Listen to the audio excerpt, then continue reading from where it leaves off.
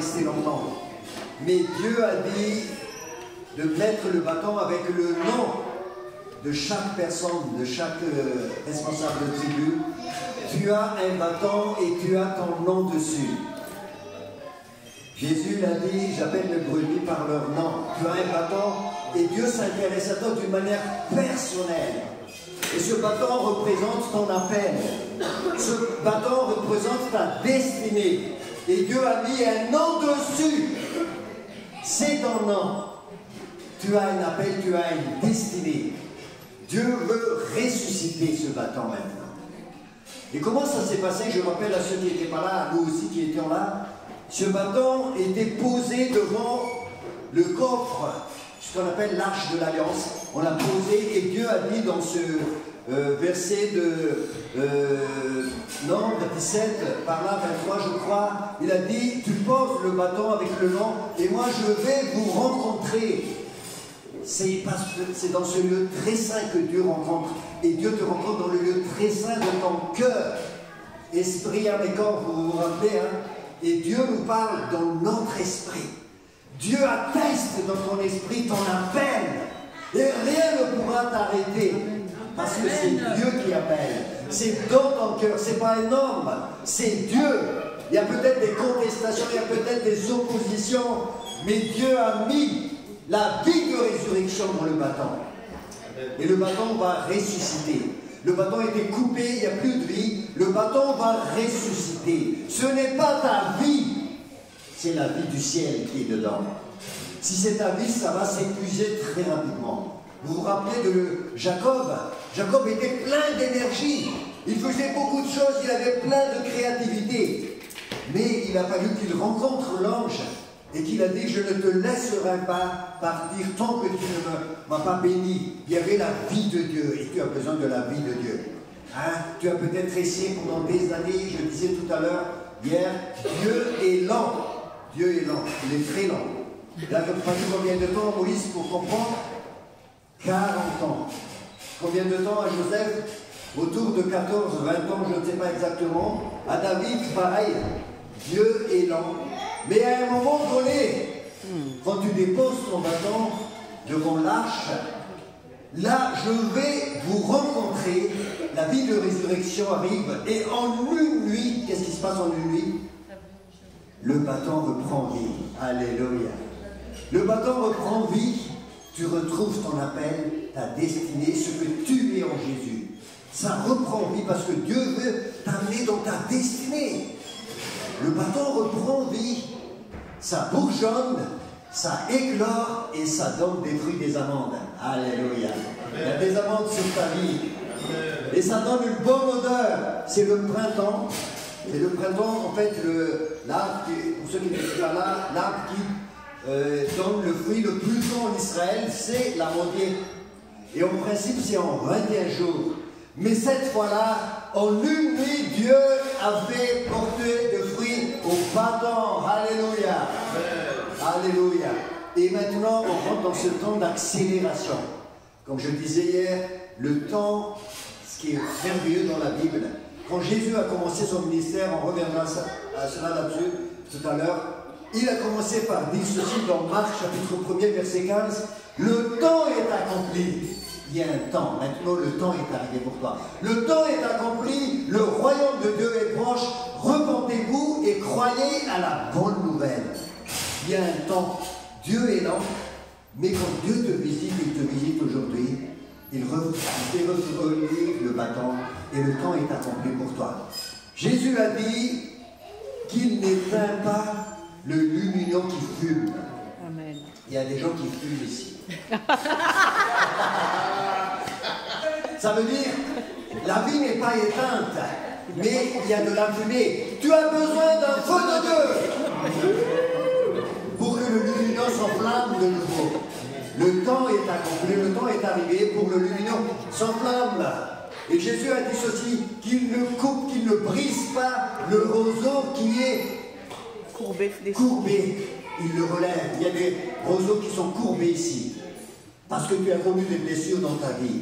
Tu as été déçu de l'église. Tu as déçu de beaucoup de gens, même des responsables spirituels. Et tu es courbé. Tu fumes. Et la vie de Dieu maintenant, alors vous m'avez compris, hein, c'est la fumée, mais maintenant Dieu veut t'embraser de nouveau. Amen. L'apôtre Paul, il dit ceci, ranime en toi le don et les talents que Dieu a mis en toi. Il faut les ranimer. 2 Timothée chapitre 1er verset 7. Il faut ranimer les talents et les dons que Dieu a mis en toi, parce que tu n'as pas reçu un esprit de timidité, mais de force, d'amour et de sagesse. L'intimidation vient de l'ennemi. L'ennemi nous intimide tout le temps, c'est son job. Mais l'audace et la foi viennent du Seigneur. Tu peux être des hommes et des femmes de foi ici. Amen. Saisissons avec foi ce que Dieu a prévu pour toi, ta destinée. Ne cherche pas le bâton de l'autre. Prends ton bâton. Prends ton bâton. Tu as un bâton. Tu as un bâton. Dis à ton voisin, ta voisine, tu as un bâton. Prends ton bâton. Prends ton bâton. Prends ton appel. Prends ton appel. Saisis ton appel. Tu as un bâton. Alléluia. Tu as un bâton. Je prends mon bâton. Tu as un bâton. Personnellement, ne précipite pas. Tu as un bâton. Dans ce bâton-là, il y a la fécondité et la multiplication. Ça, c'est la nature du royaume de Dieu. Et c'est pour cela que nous avons cette vision du royaume de Dieu. Le royaume de Dieu va se multiplier au-delà. Parce que c'est Jésus qui apporte la multiplication et la fécondité, et il nous fait envoyer aussi pour, je dirais, partager l'odeur, hein, la bonne odeur des amandes. Je ne sais pas, quelqu'un a déjà senti l'odeur des amandes? C'est bon? Oui, c'est doux. Ah, j'imagine. Je ne sais pas particulièrement. C'est très bon. C'est très doux. C'est très doux. Merci. Alléluia. Voilà. Donc ça, c'était vraiment... Alors ce message-là, je vous garantis, frères et sœurs, quand on a écouté les résultats des élections, c'est à ce moment-là que Dieu m'a dit, maintenant c'est l'accélération. En une nuit, je veux lever des ministères. En une nuit. Parce que le temps s'accélère maintenant dans le monde entier. On arrive à la fin des temps. Et Dieu veut que toute notre vie s'inscrit dans ce temps. Des fins de temps, ça ne veut pas dire qu'on va tous laisser tomber notre travail. Non! On est toujours là où Dieu nous a placés en tant que mère de famille, père de famille, membre d'une famille, travaillant dans telle société ou dans telle autre, mais en même temps, notre vie s'inscrit dans l'éternité. Amen. Et cette éternité-là, c'est notre appel. Le temps s'accélère maintenant. Donc, il faut que nous rentrions dans ce temps d'accélération. Et c'est ce qui est montré au travers des résultats des élections. On est rentré dans ce temps où une structure mondialiste est en train de se mettre en place, qui prépare l'avènement de l'Antichrist, mais pas seulement, mais l'avènement de Jésus. L'avènement de Jésus, le millionnaire, parce que c'est Jésus qui est le roi des rois. Et Jésus est mondialiste, plus que mondialiste, parce qu'il est le roi des rois. Mais le diable singe Jésus, donc il essaie d'imiter, il veut être le maître du monde. Non, tu dégages au nom de Jésus. C'est Jésus qui est le roi des rois. Amen. Amen. Alors, je disais, Dieu est lent, mais Dieu accélère. Quand Dieu accélère, ce n'est pas de la précipitation, c'est de l'accélération. Et pas de panique, les amis, c'est Dieu qui fait les choses. On rentre dans le mouvement du Saint-Esprit. À un moment donné, Ézéchiel était obligé de lâcher prise. De monter tout doucement, ça partait de là, ça monte là, ça arrive jusque là, et après ça arrive là, et quand ça arrive là, il faut se laisser emporter par l'eau. Hein, ça c'est dans Ézéchiel chapitre 47. Donc commençons à lâcher prise. Commençons à être emmenés par le mouvement de l'Esprit de Dieu. Alors maintenant, je vais vous partager, pour terminer, c'est pas terminé, hein, et pour terminer, les expériences des hommes de Dieu qui sont passés par ce temps d'attente et le temps d'accélération. Il y a des saisons dans notre vie. Et maintenant, on rentre dans le temps d'accélération. Alors, on va prendre en premier Joseph. Vous connaissez Joseph?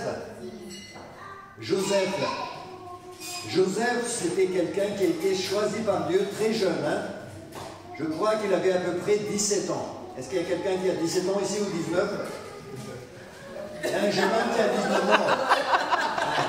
Là-bas au fond, là. Là aussi. Tu as quel âge, Chris? Hein? 20. 20. Et toi, Terence, tu as quel âge? 19. 19. Ben voilà. Joseph, il a été appelé, je dirais, il a eu la vision, il avait 14 ans. Il avait 14 ans et il a eu la vision. Dieu lui a donné des songes et des rêves. Dans les derniers jours, dit Dieu, je répandrai mon esprit sur toute chair et vos fils et vos filles auront des songes et des visions. On est dans ce temps apostolique, prophétique, où Dieu donne des songes et des visions. Dieu t'a parlé concernant ton appel, ta destinée. Il t'a donné une vision, un rêve sur toi. Est-ce que tu le sais? Est-ce que tu le sais? Ça, c'est entre toi et le Seigneur, dans l'attente de la rencontre. Alors, Genèse chapitre 37, versets 9 à 11. Genèse 37, 9 à 11. J'ai fait encore un rêve. Le soleil et la lune et 11 étoiles se prosternaient devant moi. Il le raconta à son père et à ses frères. Son père lui fit des reproches et lui dit, que signifie le rêve que tu as fait? Faut-il que nous venions, moi, ta mère et tes frères, nous prosterner jusqu'à terre devant toi? Ses frères se montrèrent jaloux de lui, mais son père garda le souvenir de cela. Vous connaissez hein, ce rêve de Joseph. À partir de là, est-ce que c'était une erreur ou c'était trop de zèle, ce que fait preuve Joseph là? Je n'en sais rien. Mais en tout cas, à partir de là, Joseph va être rejeté, oublié, abandonné. Il est d'abord rejeté par ses frères dans une citerne. Hein? Il est rejeté, ses frères étaient jaloux de lui. Pourquoi? Parce que les frères voulaient l'appel, la destinée de Joseph, ce n'est pas leur appel. Donc, premièrement, n'oubliez pas que ton appel, Dieu l'inscrit dans la branche que tu as. Et donc, qu'est-ce qu'ils ont fait les frères? Genèse 37, 18 à 20. Quand ils ont vu Joseph, ils ont dit, on va le faire mourir. Ils se dirent l'un à l'autre, voici le faiseur de songes qui arrive. Venez maintenant, tuons-le et jetons-le dans une de ces citernes. Nous dirons qu'une bête féroce l'a dévoré et nous verrons ce que deviendront ses rêves. Opposition, contestation. Tiens bon, tiens bon, tiens bon. Dieu a permis que Joseph soit rejeté et même oublié, abandonné. Est-ce qu'il y a quelqu'un qui a été rejeté ici? Abandonné, oublié, délaissé, mis de côté. Avant que je te forme, dit Dieu à Jérémie, avant que je te forme, je t'avais déjà consacré, établi. Il t'a déjà établi dans son projet, même si les gens et les personnes te rejettent. Mais pourquoi Dieu a permis ça? Pour former le caractère de Joseph. Dieu veut former ton caractère afin que le caractère de Christ soit formé en toi. L'apôtre Paul il dit dans Galates chapitre 4, verset 19, il a dit ceci, j'éprouve encore les douleurs de l'enfantement jusqu'à ce que Christ soit formé en vous. Lâche prise et laisse le Seigneur te former. À ce que le temps d'accélération arrive maintenant. Lâche prise et laisse le Saint-Esprit produire des amandes en toi. C'est le fruit de Dieu, les amandes. Laisse-le, ça va produire. Joseph a été vendu après aux Ismaélites oubliés. Puis au verset 28 du chapitre 37, il y avait des Israélites, des Madianites qui passaient par là. Ils tirèrent Joseph et le firent remonter de la citerne. Ils vendirent Joseph pour 20 pièces d'argent et ils l'emmenèrent en Égypte. Après, les frères ont informé le père qu'il a été dévoré par des bêtes sauvages. Et qu'est-ce qui s'est passé? Ben, le père a oublié complètement Joseph. Je ne sais pas si on t'a oublié, mais c'est pas grave, Dieu ne t'a pas oublié. Amen. Dieu ne t'a pas oublié. Parce que ça va s'accomplir. Hein, même si personne, tout le monde t'a oublié, tu es mis de côté, Dieu ne t'a pas oublié. Et tu verras. Injustement, il a été accusé. Injustement, il a été accusé, il a été vendu donc à Potiphar. Et Potiphar, la femme de Potiphar voulait le séduire. Il a refusé et il a été accusé injustement et publiquement devant toute la maison de Potiphar, comme quelqu'un qui a commis un viol. Il ne l'a jamais fait. Est-ce qu'on t'a déjà fait ça? Je ne sais pas. Mais toi, alors que tu n'as jamais commis, le Seigneur te dit, ne t'inquiète pas, moi je vois tout. Le Seigneur a permis. Et il a été jeté en prison suite à ça. Il resta combien de temps en prison? 2 ans. 2 ans en prison. Des très longues années pour lui. Est-ce que le plan de Dieu a changé pour sa vie? Non. Et là, pendant ces 2 ans passés en prison, il a essayé d'aider ces personnes donc, qui étaient très proches du Pharaon, des échansons, et il a rendu service et il a essayé de leur dire, quand tu sortiras d'ici, souviens-toi que je suis en prison et tu vas me faire sortir d'ici. Le plan de Joseph n'a pas marché. Le plan de Joseph n'a pas marché parce que Dieu est lent. Dieu est lent parce qu'il veut former le caractère de Joseph. Et dans Genèse chapitre 41, versets 1 à 15, au bout de 2 ans, Pharaon eut un songe. Pharaon fit appeler Joseph et le fit sortir en hâte de prison. Et j'aime bien le terme en hâte. Là, le temps s'accélère. Waouh! Dieu est lent, mais Dieu accélère à un moment donné. Lorsque les temps furent accomplis, Jésus est né d'une femme née sous la loi pour de racheter, ça c'est dans Galates chapitre 4, pour nous racheter de nos péchés. Le temps est accompli, le royaume de Dieu est proche. Repentez-vous et croyez à la bonne nouvelle. Donc il y a un temps de Dieu, mais maintenant le temps s'accélère pour nous tous les amis. Et là, à ce moment-là, même Joseph, je pense, il a oublié peut-être même ses rêves. Il n'y pensait plus. Mais Dieu n'a pas oublié. Et Pharaon le fit sortir en hâte de prison. Est-ce que tu veux sortir en hâte maintenant? Oui. On est dans les temps de la fin. Sortons maintenant en hâte. Le temps est accompli. Et donc, à ce moment-là, Pharaon dit à Joseph, puisque Dieu t'a fait connaître toutes ces choses, donc il a interprété les rêves de Pharaon, il n'y a personne qui soit aussi intelligent et aussi sage que toi. Je t'établis sur ma maison et tout mon peuple obéira à tes ordres.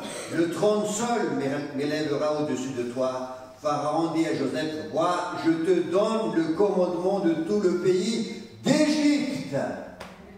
Waouh! Chose incroyable et impossible. Le bâton a refleuri. Le ministère de Joseph est ressuscité.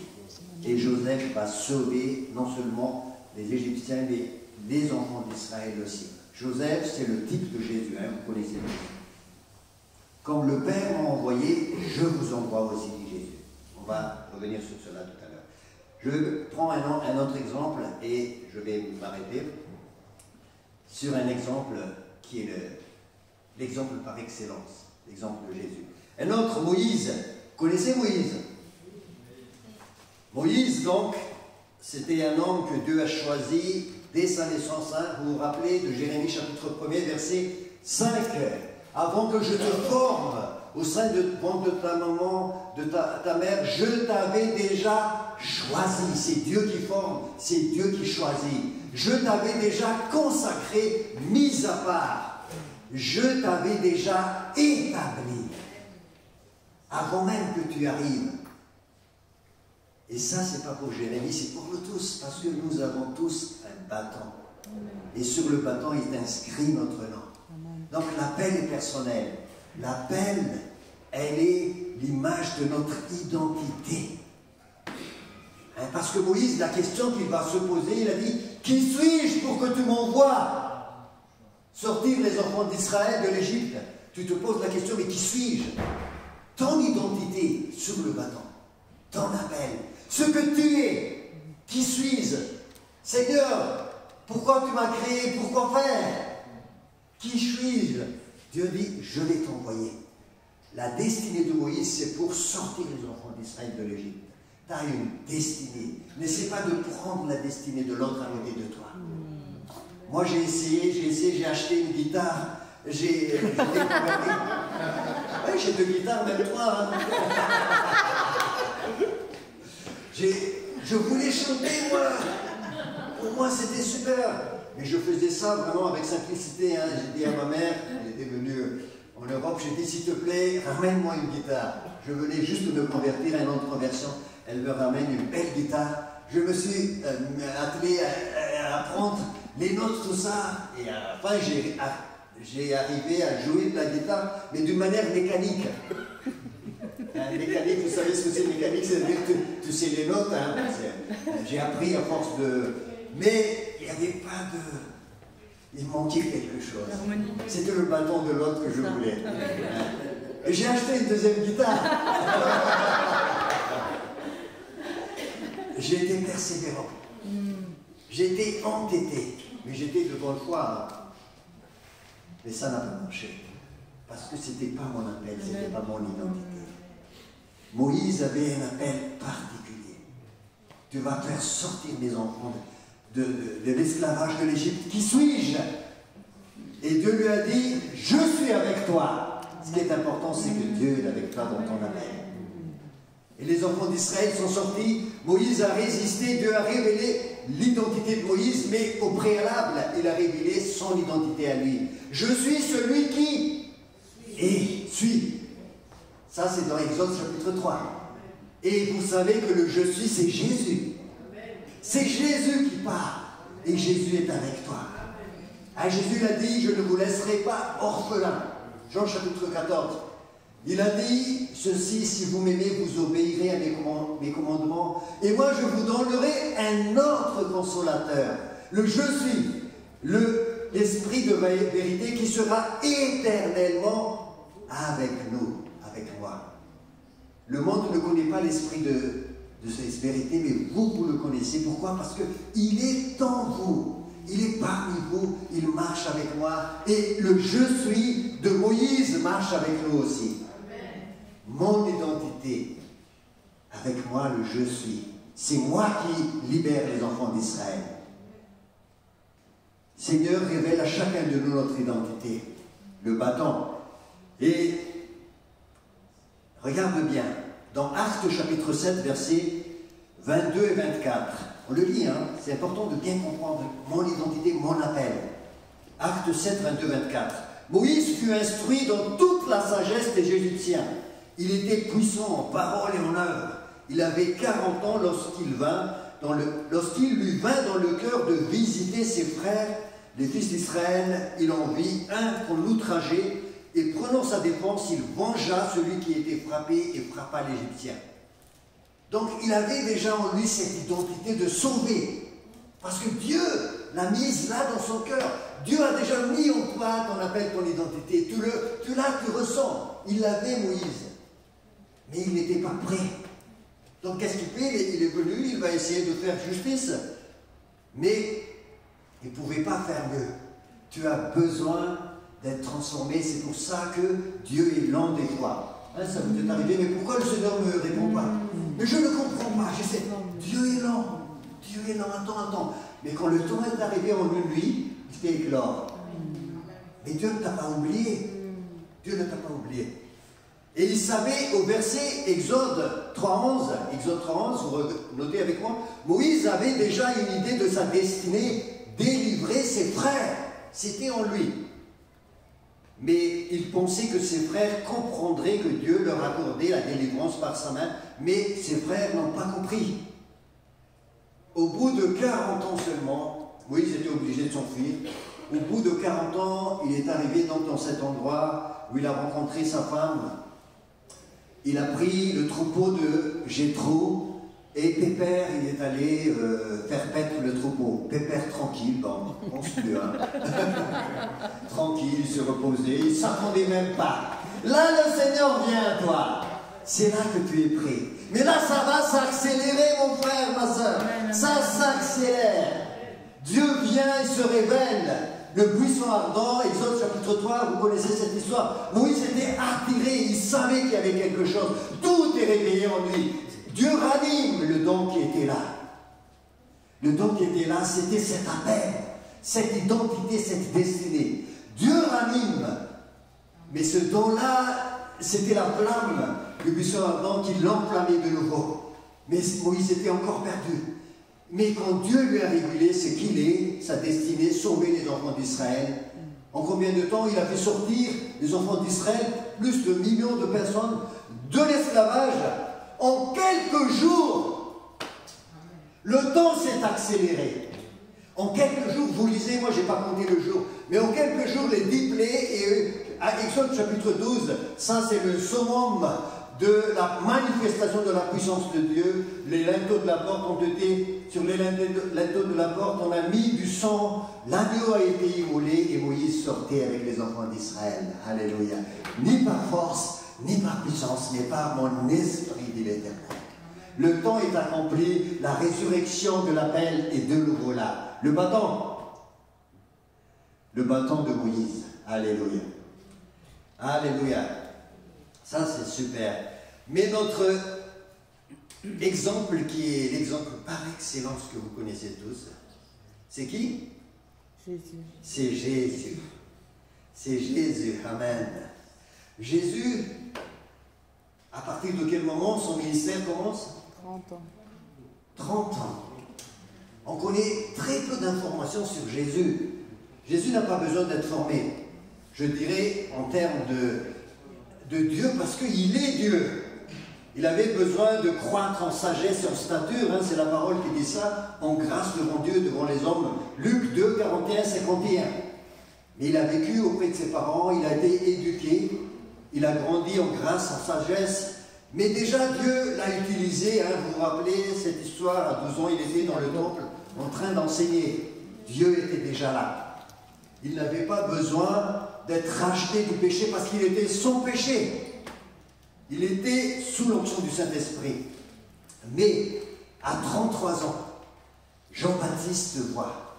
Il a dit, voici l'agneau de Dieu qui ôte le péché du monde.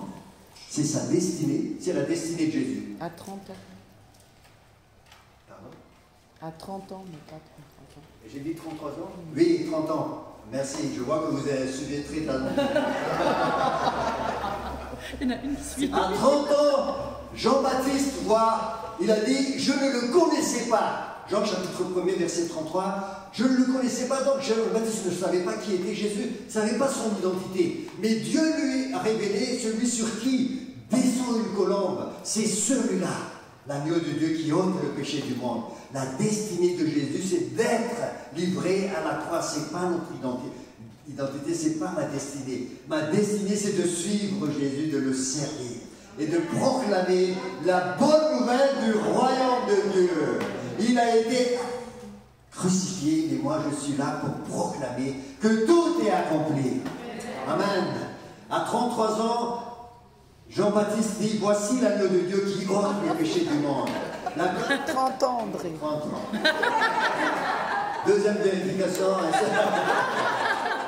C'est pour voir si on suit. C'est pour vérifier. Deuxième exercice, vous êtes accrochés. C'est bon, on peut reculer. À 30 ans, Jésus commence son ministère. Amen. La colombe descend sur lui. Luc 3, 22, hein, vous connaissez. Il reçoit une déclaration de son identité. Voici mon fils bien-aimé en qui j'ai mis toute mon affection. Alléluia. Ton identité, c'est là que commence ton ministère. Discerne ton identité, sois restauré dans ton identité. N'essaie pas de prendre l'identité, encore une fois, de l'autre. Prends ton identité et fonce.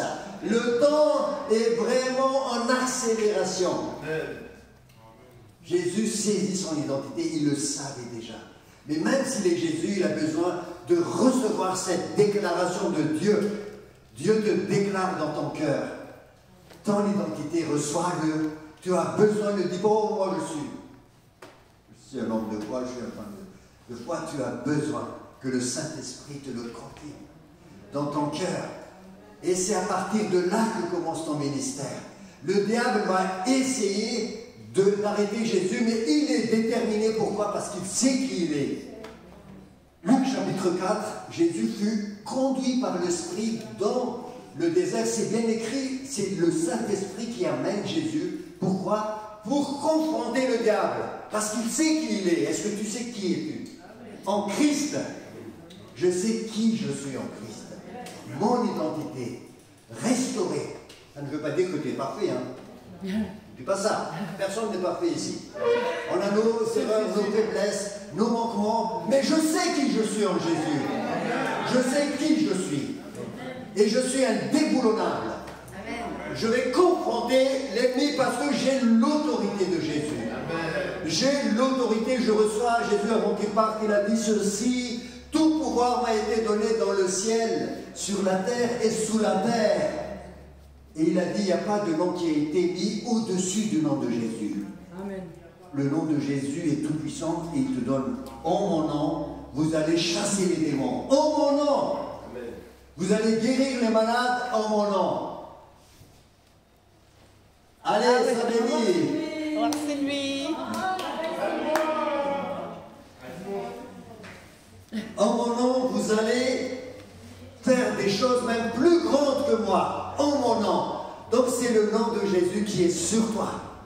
Ton identité, l'autorité du Dieu Tout-Puissant qui avait le ciel et la terre. Ah, wow. Il a été envoyé, Jésus, et vous connaissez la suite. Hein? Et quand Jésus est remonté au ciel, il a dit ceci. Avant qu'il monte au ciel, on lui a donné son ministère.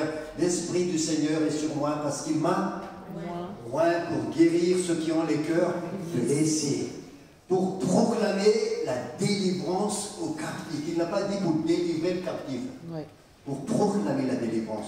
Pourquoi je fais une petite nuance? Parce que quand tu délivres, il y a encore un combat. Mais quand tu proclames, le combat est déjà terminé. C'est une nuance, mais très importante.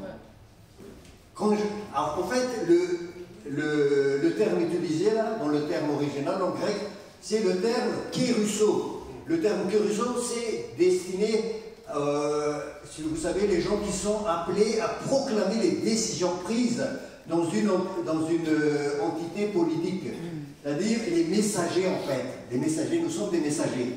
Et quand les autorités politiques prennent une décision, ils envoient des messagers, des kérusso, des gens qui vont déclarer. Et ces gens déclarent une décision qui était déjà prise. Amen. Vous voyez la différence? C'est important. Hein? On n'est pas là en train de combattre, on ne sait pas quelle est l'issue du combat. Non, tout est accompli. La décision était déjà prise. Il a dépouillé les dominations et les autorités. Il les a livrées publiquement en spectacle, en triomphant d'elles par la croix. Donc, nous sommes des messagers de la bonne nouvelle. Pas faire de la délivrance pour essayer de... Ça y est, c'est délivré. Je proclame la délivrance. Sois délivré, sois libéré au nom de Jésus. Sois guéri au nom de Jésus. Le combat est déjà terminé. Hein? Voilà, je voulais juste mettre. Et donc Jésus nous a envoyés, quand il est monté au ciel, il a dit, comme le Père m'a envoyé, Jean chapitre 20, verset 21, comme le Père m'a envoyé, moi aussi je vous envoie. Exactement comme Jésus. C'est-à-dire notre identité, restaurer dans notre identité, équipée et avec l'autorité de Jésus. Je vais m'arrêter là. Alors on va se lever. On va se lever. Seigneur, merci pour ton appel sur chacune de nos vies. Merci parce que tu nous appelles. Je vous invite à lever vos mains maintenant et dire, Seigneur, maintenant je veux saisir, je veux rentrer dans mon appel. Le temps s'accélère pour moi aussi.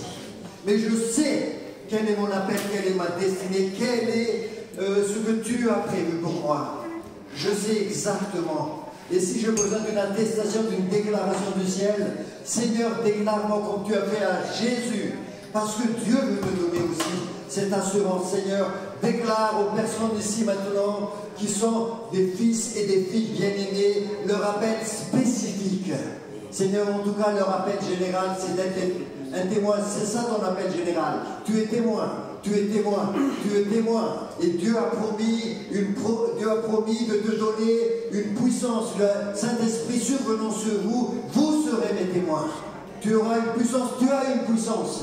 Tu as une puissance. Maintenant, le Seigneur veut te donner aussi un appel spécifique. Un appel spécifique dans ton service, dans ton ministère. Seigneur, tu déclares dans les cœurs. Tu déclares dans les cœurs. Que les cœurs se préparent maintenant. Que le cœur se prépare. Merci Saint-Esprit. Merci de revêtir de puissance d'onction maintenant. Les vies ici, de libérer maintenant aussi les appels. Dieu veut libérer les appels maintenant. Dans les cœurs, Dieu veut libérer là où l'esprit de vérité, l'esprit de Jésus, là aussi est la liberté. Sois libéré maintenant dans ton appel. Sois libéré dans ton appel. Sois libéré dans ton appel. Merci Saint-Esprit pour la libération maintenant. Alléluia. Merci parce que tu donnes l'audace, tu donnes l'autorité, tu donnes la compassion, tu donnes l'amour. Alléluia. Alléluia.